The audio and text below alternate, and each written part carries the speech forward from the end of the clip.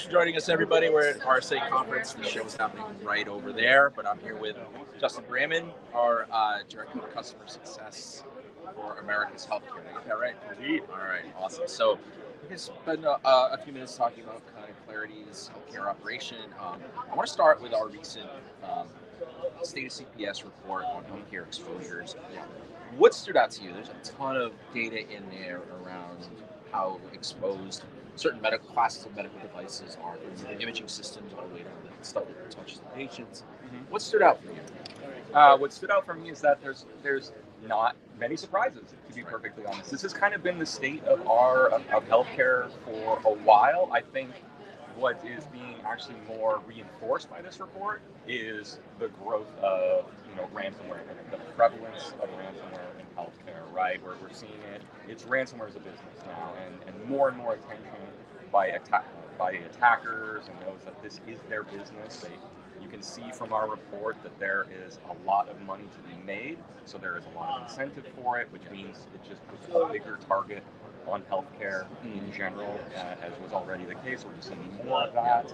So yeah, I think that's a big one, and then of course just the vulnerability of healthcare, which I don't think is surprising to anybody more than anything. So it reinforces a lot of that. What I liked about the report too, it definitely showed those areas, specific areas, where their devices are exposed that can be leveraged by ransomware gangs, or are there, using exploits to target these vulnerabilities, get into these systems, get deeper in the network. And that's really kind of what we hope to detect and defend against. Yeah, 100%. I mean, it's clear the sheer amount of the cats out there, the exploited vulnerabilities that are on systems in healthcare. It's unavoidable. Healthcare is so highly comprised of legacy systems that maybe you can do something about it, directly from vulnerabilities, patches, etc. Maybe you can. So a lot of it is rolling back also to some of the more fundamentals of, patch or, segment what you can't patch, upgrade, or replace. Look at some of the on-device hardening capabilities that are there to just, don't connect it to the internet if you don't have to. And that's a good place to start. Don't use plain text passwords and credentials. Like really fundamental stuff. Right. Yeah, and that's another thing about the report. It's beyond the vulnerabilities. It's not just the CVEs. It's whether they're insecurely connected to the internet, right, or passwords, etc.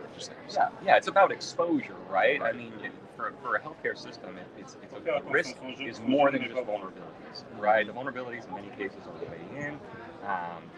But there are other ways in as well. So you have to understand your exposure overall. Right. That's where a lot of those other factors come into play. So I know that we have a demo environment here of XDome and the healthcare part of the platform.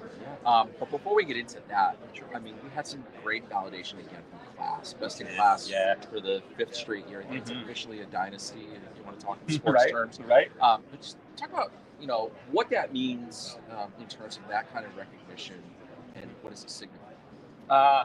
It's huge. From a customer success standpoint, this is our bread and butter. So this is just it reinforces the work that we're doing, right? So I couldn't be prouder of our entire customer success team within healthcare for bringing what they do, because reports like what we put out that shine a light on those things, like that scares people, right? Sure. Like, I mean, it brings attention to the uh-ohs, right? So when we're able to then be the ones to come in and start working with customers to help them through that, right? Like help them understand where they need to be prioritizing and what's the lower hanging fruit, and then what are the initiatives they should be looking for long term. It reinforces from the voice of our customers that we're doing things right, and we're helping them, grow their maturity and just be partners more than anything. And I think that's good. Yeah, I mean, you and your team, you guys are the conduit to customers, and I mean, something like best in class is great validation that you can put in front of them and say, we're a trusted partner. Right, exactly. And having it come from the voice of our customers, right? This is nothing else. It's them being asked, how do you feel about it? Like, what have we brought to the table for you? And winning it, as you said, 5 years, dynasty, shoot for number 6, 7, right? Continue, just lock it out. I feel like I should ask you, is there kind of a commonality to questions or concerns or the issues that customers are having? Like, from a high level, I mean, what are you hearing? It's on the healthcare front. Yeah. The most common question, it seems like, all right, I know what my problem. Well, let's see. Like now that I have the visibility, most of the thing that happens first is like, uh-oh. Every customer seems to have their uh-oh moment where they find out things are potentially way worse than they expected. There's so much risk that's out there. So the most common question is, all right, what next? Where do I start? Sure. And oftentimes that is the thing. Like if they don't already have some level of insight into where they want to go and what they should be focusing on, that's usually the first question comes up. All right, what do I do with all this data? Right? Like where do I need to be paying attention? Right. So yeah. And with the platform running behind us, I mean, visibility is a huge kind of like, that's the foundation. That's what enables 100%. Everything else. So tell everybody a little bit more about those capabilities and other capabilities that excite you about the platform. I'm not in there ever, so. Yeah. No, I'm so lucky to get to do custom dashboards on a daily basis. So, inventory. You know, any security professional is going to tell you like I can't protect what I don't know exists, right? So visibility is the foundation for everything else, right? And then it's visibility for what, right? One of my favorite colleagues in the world. That's the saying that we coined, we evangelized. Visibility for what? All right, we've got it. Now what? And then being able to then lead them through how to leverage the platform after that. We've got visibility. We know where our risks are.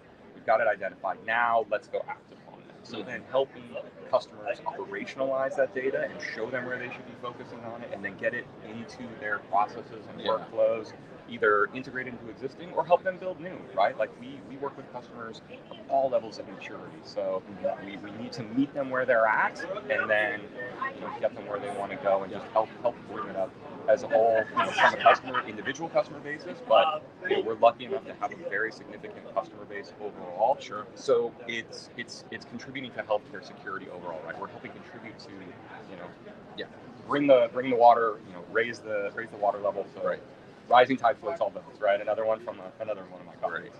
All right. So as a kind of a last question in terms of just the platform and capabilities, is there a feature, is there a capability that people look at? Well, like you mentioned, I know visibility is kind of like when you see all your connected devices, but is there something else that people are like, oh, this is really cool? Yeah, what's funny lately is the one that at least with my own customers is the risk benchmarks. Okay. Because what can be fun, right, is to some extent fun, is a little bit of where do I stand against my peers, right? Like, okay, I know what my risk looks like, but that's kind of in isolation. It's an abstract number unique to them, but like, okay, well, what does it look like for everybody else, right? So now that we've integrated risk benchmarks into our platform, and at any time they can go in and like, we've compared you against some organizations that are similar, like similar device landscape, a lot of other factors to match them up, and then being able to see where they measure against their peers, and then kind of like, oh, okay. So it's powerful. Yeah, it's very powerful, and it's even more powerful because it then gives them areas of like, here's where over the last 6-12 months, here's the areas where I've had some significant gains, and then here's areas where there are opportunities for us to focus. So you compare yourself against your peers and understand where you sit from an average, but then you can focus on those areas of opportunity, celebrate your successes, of course, right? Keep the momentum Tell going. your boss, look how we're doing. Right, yeah, exactly. And then, and then show, where we can be going next, right? So it's continual evolution and growth. Yeah. Right? So, I love that one personally. That one's a fun one. Great. All right, tell everybody where we are and what's happening. Oh, we are here at RSA in beautiful San Francisco. Wind's kicking up a little bit, but we've got a great spot here outside. We've got one of our lunch and learns. Restaurant. Yeah, we're here at the B restaurant. We've got our lunch and learn going right now. We've got tons of demos and amazing partners here with us as well too. So we are just soaking up the atmosphere and having a great time. All right.